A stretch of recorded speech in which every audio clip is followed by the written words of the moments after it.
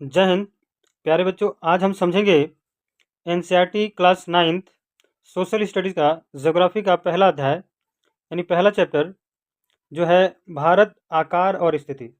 प्यारे बच्चों, एग्ज़ाम के पॉइंट ऑफ व्यू से ये बेहद इम्पोर्टेंट लेसन है, तो इसको जो है हम लोग समझने का प्रयास करते हैं। हर एक पॉइंट को इस वीडियो में कवर किया गया है, इस लेक्चर में कवर किया गया है। इसका ध्यान रखा गया है कि जो एग्ज़ाम के पॉइंट ऑफ व्यू से क्वेश्चन बार बार रिपीट होते हैं उसको भी इसमें समझाया गया है। ठीक है, तो प्यारे बच्चों, इस क्लास को पूरा अटेंड कीजिएगा। और अगर आप सेशन में नए हैं, अगर आप इस चैनल पर नए हैं तो चैनल को लाइक कीजिएगा और सब्सक्राइब कीजिएगा। ठीक है, चलिए चलते हैं, चैप्टर को स्टार्ट करते हैं। तो समझिएगा, चैप्टर है भारत आकार और स्थिति। ठीक है, यानी इस अध्याय में हम डिस्कस करेंगे भारत के आकार के बारे में। ठीक है, भारत का आकार कैसा है और भारत का लोकेशन कहाँ है। ठीक है, स्थिति कैसी है भाई, पूरे वर्ल्ड में, ग्लोब में स्थिति कैसी है। ठीक है, चलिए स्टार्ट करते हैं वन बाय वन सारी चीज़ों को। कह रहा है कि भारत विश्व की प्राचीनतम संस्कृतियों में से एक है। प्यारे बच्चों, भारत एकमात्र ऐसा देश है जहाँ पर कहीं ना कहीं बहुत ही प्राचीन चीज़ें आपको देखने के लिए मिलती हैं, प्राचीन कल्चर देखने के लिए मिलता है, संस्कृतियाँ देखने के लिए मिलती हैं। पिछले 5 दशकों में भारत ने सामाजिक आर्थिक रूप से बहुमुखी उन्नति की है। यानी कि दशक का मतलब हुआ बच्चों 10 साल। ठीक है, एक दशक बराबर कितना हो जाएगा, 10 साल। ठीक है, अब चूंकि 5 दशक कह रहा है, 5 दशक, तो इसका मतलब हो जाएगा भाई कि 10 मल्टीप्लाई बाई 5 इक्वल टू 15, यानी कि 50 साल की हम बात करेंगे, 50 ईयर्स की हम बात करेंगे। तो 50 सालों में भारत ने कहीं ना कहीं मल्टीपल प्रोग्रेस करा है, यानी बहुमुखी विकास किया है। ठीक है, ये वही कह रहा है कि बहुमुखी विकास कहीं ना कहीं भारत ने किया है पिछले 5 दशकों में। ठीक, अगला पॉइंट है कि कृषि उद्योग, तकनीकी और सर्वांगीण आर्थिक विकास में अद्भुत प्रगति हुई है। प्यारे बच्चों, भारत ने कहीं ना कहीं एग्रीकल्चर में इंफ्रास्ट्रक्चर काफ़ी डेवलप किया हुआ है, टेक्नोलॉजी में, इंडस्ट्रियल क्षेत्र में भी कहीं ना कहीं क्या हुआ है, विकास किया हुआ है। ठीक, आगे कह रहा है कि भारत का विश्व इतिहास में भी महत्वपूर्ण योगदान रहा है। तो वर्ल्ड हिस्ट्री में भी कहीं ना कहीं भारत का एक अहम रोल रहा है, भूमि रहा है। अगली हम टॉपिक पे बात करते हैं स्थिति के बारे में। ठीक है, भारत के स्थिति के बारे में। प्यारे बच्चों, स्थिति की समझते हैं। भारत एक विशाल देश है। भारत कैसा देश है, विशाल देश है। यह उत्तरी गोलार्ध में स्थित है। तो यहाँ से दो प्रश्न बने, भारत कैसा देश है, तो प्यारे बच्चों भारत एक विशाल देश है। याद रखिएगा, भारत एक वास्ट कंट्री है। और अगला पॉइंट क्या हो गया कि भारत जो है किस गोलार्ध में स्थित है ना, तो भारत उत्तरी गोलार्ध में स्थित है, नॉर्थ हेमिस्फीयर में स्थित है। ठीक, आगे समझते हैं। अगला पॉइंट है कि इसका मुख्य भाग 8 डिग्री 4 मिनट उत्तर से 37 डिग्री 6 मिनट उत्तर अक्षांश तथा 68 डिग्री 7 मिनट पूरब से 97 डिग्री 25 मिनट पूरब देशांतर तक है। प्यारे बच्चों, भारत का जो विस्तार है, ठीक है, वो 8 डिग्री 4 मिनट उत्तर अक्षांश से 37 डिग्री 6 मिनट उत्तरी अक्षांश तक है, और 68 डिग्री 7 मिनट पूरब से 97 डिग्री 25 मिनट पूर्व देशांतर तक है। ये भारत का क्या है, विस्तार है। ठीक है, अगला, कर्क रेखा 23 डिग्री 30 मिनट उत्तर में देश को लगभग 2 बराबर भागों में बांटती है। समझिएगा, कर्क रेखा क्या है बच्चों, तो कर्क रेखा एक काल्पनिक रेखा है जो लगभग भारत को 2 बराबर भागों में बांटती है, और यह भारत के 8 राज्यों से होकर के गुजरती है।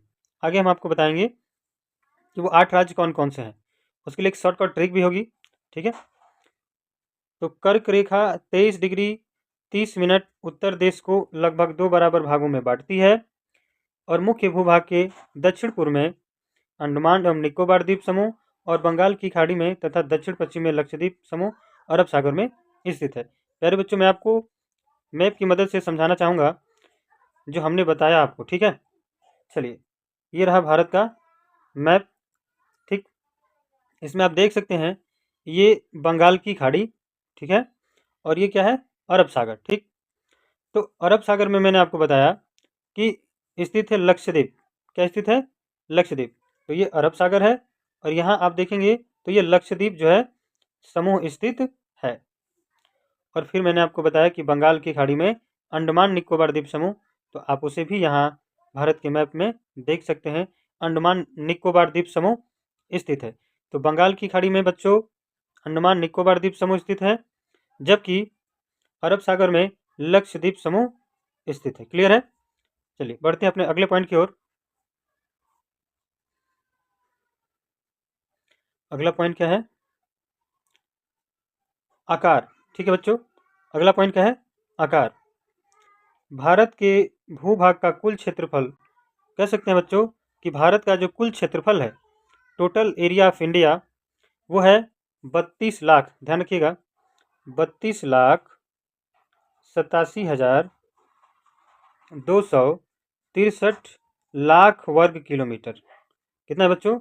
32,87,263 लाख वर्ग किलोमीटर। याद रखिएगा, भूलिएगा नहीं, एग्जाम में कई बार पूछा जाता है। ठीक है, चलिए इसी क्रम में आगे बढ़ते हैं। भारत का क्षेत्रफल विश्व के कुल क्षेत्रफल का कितना है?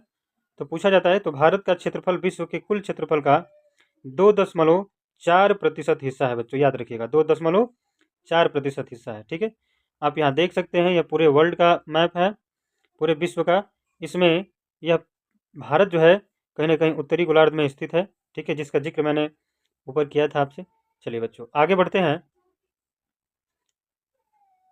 आगे कह रहा है, ये बताया मैंने आपको कि 2.4% क्षेत्रफल है पूरे विश्व का, विश्व में भारत का। ठीक है, भारत विश्व का 7वां बड़ा देश है। तो प्यारे बच्चों, भारत जो है वो कहीं ना कहीं विश्व में 7वां स्थान रखता है क्षेत्रफल के हिसाब से। ठीक है, तो एक क्वेश्चन आएगा कि भाई 6 वो बड़े देश कौन से हैं जो भारत से भी बड़े हैं?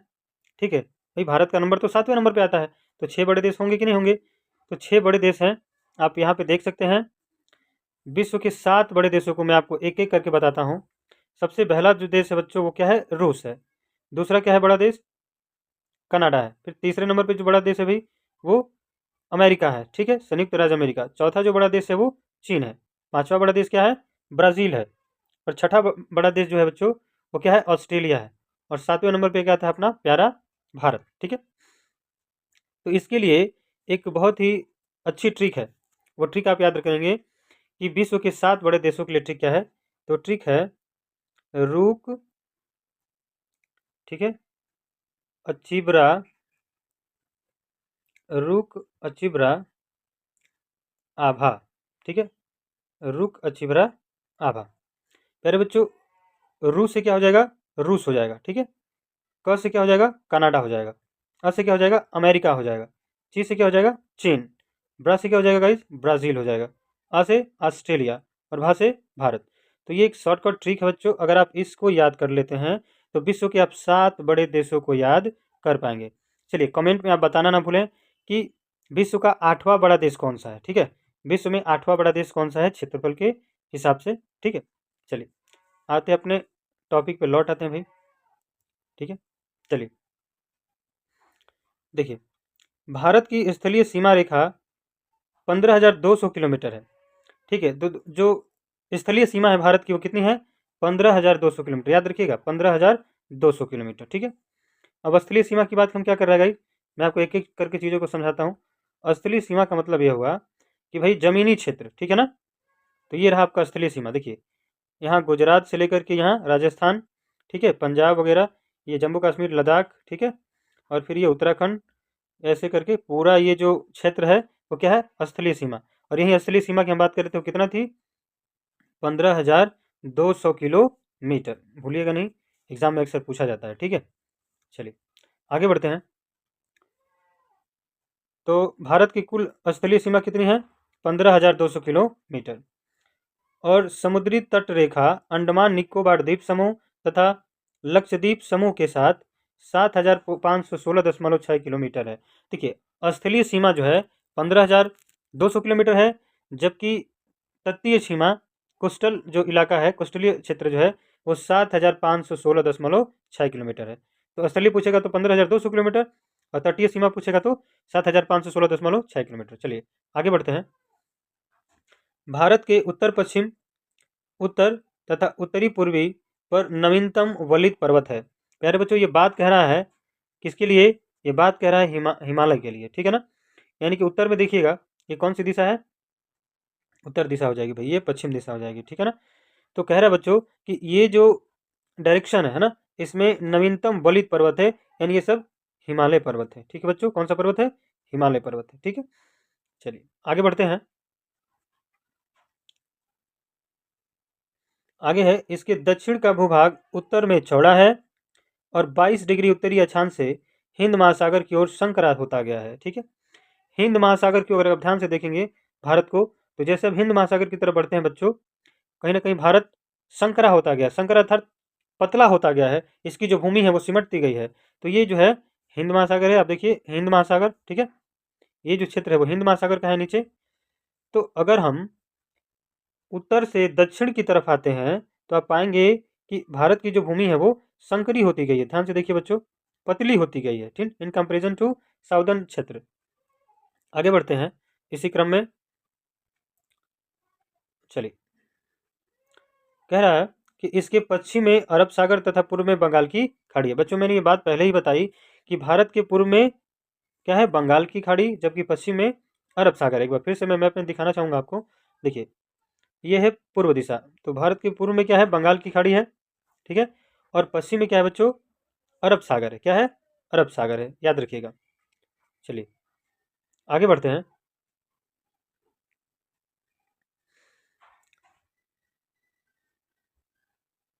अक्षांश और देशांतर का विस्तार, अक्षांश और देशांतर का विस्तार लगभग 30 डिग्री है, ठीक है। यानी कि 30 डिग्री का अंतर है, अक्षांश और देशांतर का विस्तार जो कहिएगा वो कितने डिग्री है भाई, 30 डिग्री है, ठीक है। तो परंतु फिर भी पूर्व पश्चिम का विस्तार उत्तर दक्षिण के विस्तार की ओर यह अपेक्षा कम प्रतीत होता है। अगला पॉइंट कह रहा है बच्चों कि गुजरात से अरुणाचल प्रदेश के स्थानीय समय में 2 घंटे का अंतर है। कितने घंटे का अंतर है, 2 घंटे का। अतः 82 डिग्री 30 मिनट पूर्व देशांतर से देशांतर रेखा जो भारत की मानक यमोत्तर रेखा मानी गई है, जो कि उत्तर प्रदेश के मिर्जापुर से होकर गुजरती है। सबसे पहले हम ये बच्चों समझने का प्रयास करते हैं कि गुजरात से अरुणाचल प्रदेश के समय में लगभग 2 घंटे का अंतर क्यों है, ठीक है। देखिए यही 30 मिनट की हम बात करेंगे, इसका 82 डिग्री 30 मिनट, ठीक है। 30 मिनट का मतलब यह होगा बच्चों, वही 30 लाइन खींची हुई है यहाँ पे कहीं ना कहीं, ठीक है ना। तो 1 डिग्री बराबर समझिए 4 मिनट, 1 डिग्री बराबर 4 मिनट। बच्चों ध्यान से समझिएगा तभी आपको समझ में आएगा कि वो कहाँ से 2 घंटे का अंतर आता है। अब चूंकि 1 डिग्री बराबर 4 मिनट हो गया, तो यहाँ पे आप देखिए मैंने आपको बताया कि 30 डिग्री का लगभग अक्षांश और देशांतर का क्या है, विस्तार है, ठीक है। अक्षांश और देशांतर का विस्तार कितना है बच्चों, 30 डिग्री का है। यहाँ देखिए कितने का है, 30 डिग्री का। तो मैंने आपको बताया कि 1 डिग्री बराबर 4 मिनट, कितना मिनट, 4 मिनट, ठीक है। तो 30 डिग्री बराबर, तो देखिए 30 × 4 13 मल्टीप्लाई बाय 4, ये कितना हो जाएगा भाई, 120 मिनट। कितना हो जाएगा, 120 मिनट। और जब हम इसे बदलेंगे घंटे में, है ना, आवर्स में चेंज करेंगे गाइस, तो ये हम 60 से क्या कर देंगे, इसमें भाग लगा देंगे, ठीक है। ये 0 से 0 हमारा कट जाएगा, और ये 6 से डिवाइड कर देंगे, 12 में 12 में कितना आ जाएगा बच्चों, 2 आ जाएगा, यानी कि 2 घंटे आ जाएगा। तो यही मैं इस 2 घंटे की बात कर रहा था कि अरुणाचल प्रदेश और गुजरात का जो समय है बच्चों, उसमें कितने का अंतर है, 2 घंटे का अंतर है बच्चों। कितने घंटे का, 2 घंटे का। जो 2 घंटे की मैंने बात करी, ये 2 घंटे आ गए आपके सामने, ठीक है। चलिए अगला इंपॉर्टेंट पॉइंट है कि जो भारत की मानक यमोत्तर रेखा है 82 डिग्री और 30 मिनट, वो भारत में कहाँ से होकर के गुजरती है, तो याद रखिएगा भारत के मिर्ज़ापुर से होकर के गुजरती है, ठीक है ना, उत्तर प्रदेश के मिर्ज़ापुर से होकर के गुजरती है। अक्षांश का प्रभाव दक्षिण से उत्तर की ओर दिन और रात की अवधि पर पड़ता है। अक्षांश बदलेगी तो दिन और रात में भी क्या बदलेंगे, आपको अंतर दिखाई पड़ेगा, ठीक है। चलिए प्यारे बच्चों अगला टॉपिक है भारत तथा विश्व, ठीक है। हम थोड़ा सा तुलना करेंगे इसमें भारत और विश्व में। चलिए समझते हैं। भारतीय भूखंड एशिया महाद्वीप के पूर्व और पश्चिम के मध्य में स्थित है, ठीक है। जो हमारा भारतीय भूखंड है प्यारे बच्चों, वो एशिया महाद्वीप के पूर्व और पश्चिम में स्थित है, ठीक है ना। कुछ हिस्सा पूर्व में भी है और कुछ हिस्सा पश्चिम में भी है, ठीक है। भारतीय भूभाग एशिया महाद्वीप का दक्षिणी विस्तार है बच्चों। जैसे आप सपोज करिए कि ये दक्षिणी दिशा है, ठीक है ना, और क्या है, उत्तरी दिशा है, और ये पूर्वी दिशा है, और ये पश्चिमी दिशा है, ठीक है। तो जो हमारा भारत देश है बच्चों, ठीक है ना, भारतीय जो भूभाग है वो एशिया महाद्वीप का दक्षिणी विस्तार है। मतलब एशिया महाद्वीप में भारत का जो विस्तार है वो दक्षिण दिशा में है ना, दक्षिणी विस्तार है। ठीक, क्लियर है? आगे बढ़िए। आगे कह रहा है कि हिंद महासागर जो कि पश्चिम में यूरोपीय देशों और पूर्वी एशियाई देशों को मिलाता है, भारत को केंद्रीय स्थिति प्रदान करता है। बच्चों अगर आप ध्यान से देखें भारतीय मैप को, तो हिंद महासागर में, ठीक है, ये नीचे हिंद महासागर है, ये नीचे जो है हिंद महासागर है। अगर आप ध्यान से समझें तो आप ये पाएंगे कि हिंद महासागर में भारत के जितनी तटीय सीमा वाला कोई और देश हिंद महासागर में नहीं है। ठीक है ना, इसलिए भारत की जो कनेक्टिविटी है वो दुनिया के अलग अलग देशों में आसानी से हो पाती है और इजीली व्यापार कर पाता है।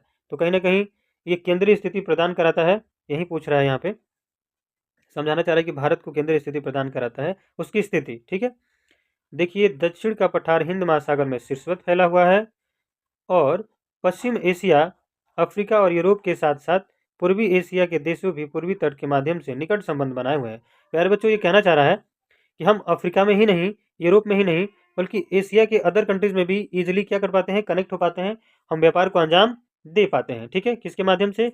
हमारी सीमा इतनी वास्ट है हिंद महासागर में कि हम आसानी से ट्रेड कर पाते हैं। ठीक है, आगे समझते हैं। हिंद महासागर में किसी और देश की तटीय सीमा भारत जैसी नहीं है। अगर आप ध्यान से देखेंगे बच्चों तो हिंद महासागर में दूसरा ऐसा कोई देश आपको नहीं दिखाई देगा कि जितनी ज़्यादा तटीय सीमा वाला देश हो, जिसका विस्तार भारत जितना हो। भारत की इसी महत्वपूर्ण स्थिति के कारण एक महासागर का नाम इसके नाम पर रखा गया है, जिसे बच्चों हम लोग क्या कहते हैं? हिंद महासागर कहते हैं। आप क्लियर कर पा रहे हैं? वीडियो को लाइक करते हुए चलेंगे। देखिए हिंद महासागर, तो एक ऐसा महासागर भी एग्जिस्ट करता है बच्चों जिसका नाम किसके नाम पे रखा गया है? अपने भारत देश यानी हिंदुस्तान हिंद महासागर रखा गया है। ठीक है, चलिए आगे की तरफ बढ़ते हैं बच्चों। चलिए एक इंपॉर्टेंट पॉइंट समझते रहिए। ये आप समझिए, ये लिखा गया है कि सन 1869 में, सन 1869 में स्वेज नहर के खुलने से भारत और यूरोप के बीच की जो डिस्टेंस है गाइस, दूरी है, वो अमूमन कितनी कम हो गई है? 7000 किलोमीटर कम हो गई है। बेहद क्या हो गया है? दूरी को क्या हो पाया है? कम कर पाए हैं। किसकी वजह से? स्वेज नहर के बनने की वजह से, स्वेज कैनाल के बनने की वजह से। और मैं उम्मीद करता हूँ कि आपको ये चीज़ें समझ में आई होंगी, जो मैंने आपको ये ट्रिक के माध्यम से आपको विश्व के 7 बड़े देशों का नाम बताया, रू का छिबरा आबा, है ना, रूस, कनाडा, अमेरिका, चीन, ब्राज़ील, ऑस्ट्रेलिया, भारत। तो आप उस ट्रिक को याद रखिएगा, एग्जाम में हमेशा काम आएगा। ठीक है ना, चलिए आगे बढ़ते हैं। ये भारत का मैप है। भारत का उत्तर से दक्षिण का जो विस्तार है, ठीक है ना, ये कौन सी दिशा हो गई? उत्तर दिशा। और ये कौन सी? दक्षिण दिशा। ये पूर्व दिशा और ये पश्चिम दिशा। तो भारत का पूर्व से पश्चिम का जो विस्तार है गाइस, ठीक है ना, यहाँ से यहाँ तक वो कितनी है? वो है 2933 किलोमीटर। जबकि अगर आप विस्तार देखेंगे उत्तर से दक्षिण का विस्तार, ठीक है ना, तो आप देखेंगे वो है कितनी? वो है 3214 किलोमीटर। कितनी? 3214 किलोमीटर उत्तर से दक्षिण का विस्तार। ठीक है, आगे बढ़ते हैं। ये मैप हमें हमारे इंटरनेशनल ट्रेड के पाथ को यानी रास्ता को दिखाता है गाइस। ये अमूमन ऐसा कर सकते हैं कि हम वर्ल्ड में किस प्रकार से जलीय सीमा से या जलीय संसाधनों के माध्यम से कनेक्ट करते हैं अपने आप को और व्यापार को ईजिली से आसानी से कर पाते हैं। ठीक है, तो देखिए हिंद महासागर है, हिंद महासागर में भारत की जितनी तटीय सीमा वाला कोई और देश है नहीं। तो यहाँ मुंबई बंदरगाह से, मुंबई से हम लाल सागर होते हुए यूरोप की ओर हम इजीली क्या कर पाते हैं? कनेक्ट कर पाते हैं। ठीक है, बाकी इधर हम एशियन कुछ कंट्री में भी कर पाएंगे, कनेक्टिविटी इजीली कर पाएंगे।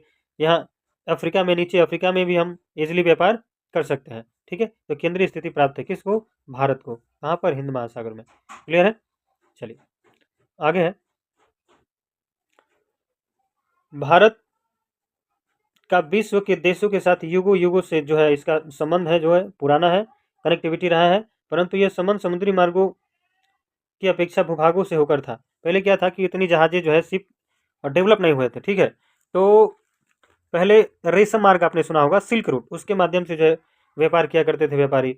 आगे कह रहा है कि उत्तरी पर्वतों के दर्रों से, एक नया वर्ड है समझिएगा, दर्रा। ठीक है, तो बच्चों दर्रा जो है, दर्रा क्या होता है याद रखिएगा। ये काफ़ी एग्जाम में पूछा जाता है हर बार। दर्रा क्या है? इसको इंग्लिश में पासिस बोलते हैं, पास बोलते हैं। दर्रा क्या है कि जैसे एक सपोज कीजिए ये पहाड़ है, फिर ये दूसरा पहाड़ है, ठीक है। तो ये दो पहाड़ों के बीच ये जो पतला रास्ता होगा, ठीक है ना, दो पहाड़ों के बीच पतले तथा संकरी रास्ते को दर्रा कहते हैं। क्लियर है? दर्रा किसे कहेंगे?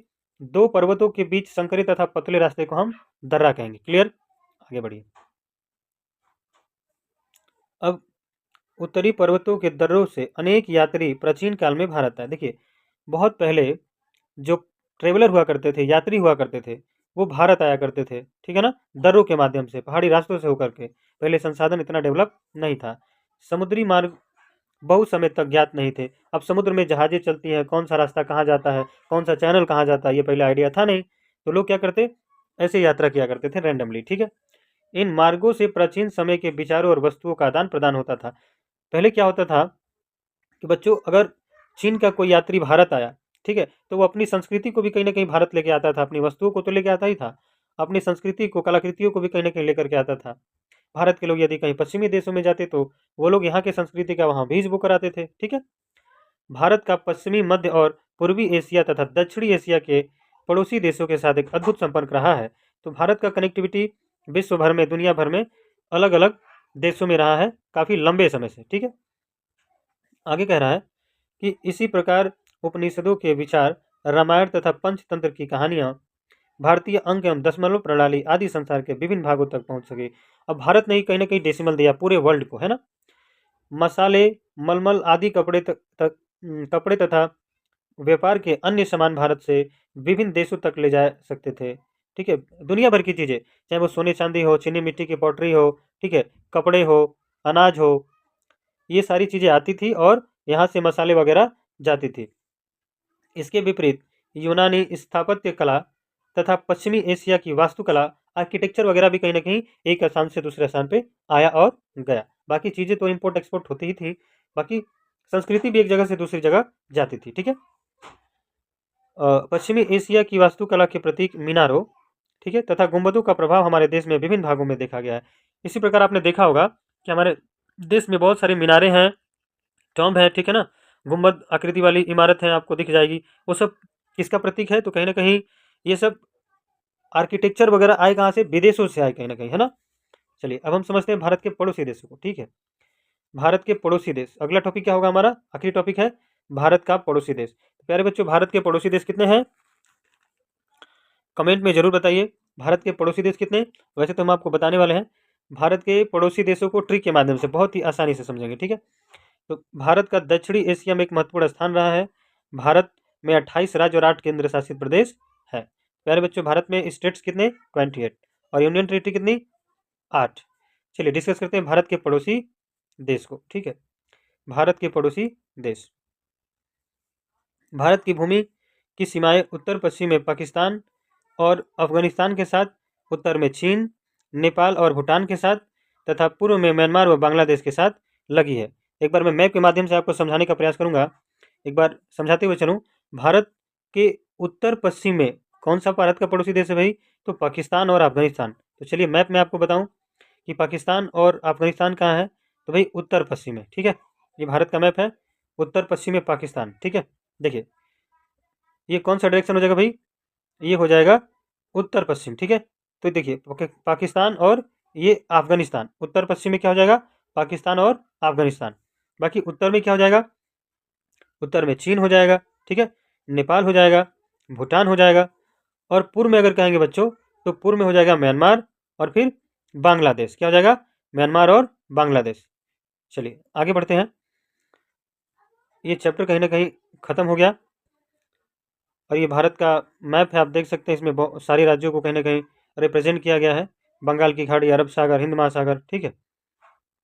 चलिए यहाँ पे देखिएगा, अगला टॉपिक है, ये उसी का टॉपिक शेष रह गया, थोड़ा समझ लेते हैं। कह रहा है कि दक्षिण में समुद्र पार हमारे दो पड़ोसी द्वीप या द्वीपीय पड़ोसी देश हैं, जैसे श्रीलंका और मालदीव। बच्चों टोटल जो है, एक चीज़ समझिए, टोटल भारत के पड़ोसी देश कितने? 9 हैं। कितने हैं? 9। कैसे 9 है? 7 तो मैंने जमीनी सीमा बनाने वाले देशों को बताया, जिसमें पाकिस्तान है, अफगानिस्तान है, भूटान है, म्यांमार है, नेपाल है, चीन है, ठीक है, बांग्लादेश, ये 7 हो गए, ठीक है। लेकिन दो ऐसे पड़ोसी देश है बच्चों जो बाउंड्री शेयर नहीं करते, जमीनी सीमा शेयर नहीं करते, और जलीय सीमा शेयर करते हैं, ऐसा कह सकते हैं। द्वीपीय पड़ोसी देश है कौन कौन से? मालदीव और श्रीलंका। कौन से? मालदीव और श्रीलंका। देखिए मैप के माध्यम से समझिए, यहाँ मालदीव और श्रीलंका है कहाँ भाई? देखिए ये है मालदीव और ये है श्रीलंका। अब देखिए कि ये जमीनी सीमा शेयर नहीं कर रहे हैं, ये लोग क्या कर रहा है भाई? जलीय सीमा बना रहे हैं। तो भारत के दो ऐसे पड़ोसी देश हैं जो द्वीपीय पड़ोसी देश है, जमीनी सीमा शेयर नहीं करते, ये जलीय सीमा शेयर करते हैं ना। ठीक है, उम्मीद करते हैं टॉपिक आपको समझ में आ रहा होगा। चलिए ये कुछ आखिरी पॉइंट्स है, उसको भी समझते हुए चलते हैं। ये कह रहा है कि भारत अपने पड़ोसी देशों के साथ भारत के भौगोलिक और ऐतिहासिक संबंध बहुत अच्छे रहे हैं। ठीक है, अपनी एटलस में एशिया के मानचित्र में देखा होगा कि भारत कैसे अलग दिखाई देता है। आप अगर एटलस वगैरह की बुक में देखेंगे, वर्ल्ड मैप में देखेंगे, तो अगर आप एशिया के मैप को देखेंगे तो उसमें अलग मैप आपको दिखाई देगा भारत का, है ना, आज़ादी से पहले का। ठीक, चलिए प्यारे बच्चों, उम्मीद करता हूँ आपको ये क्लास समझ में आया होगा।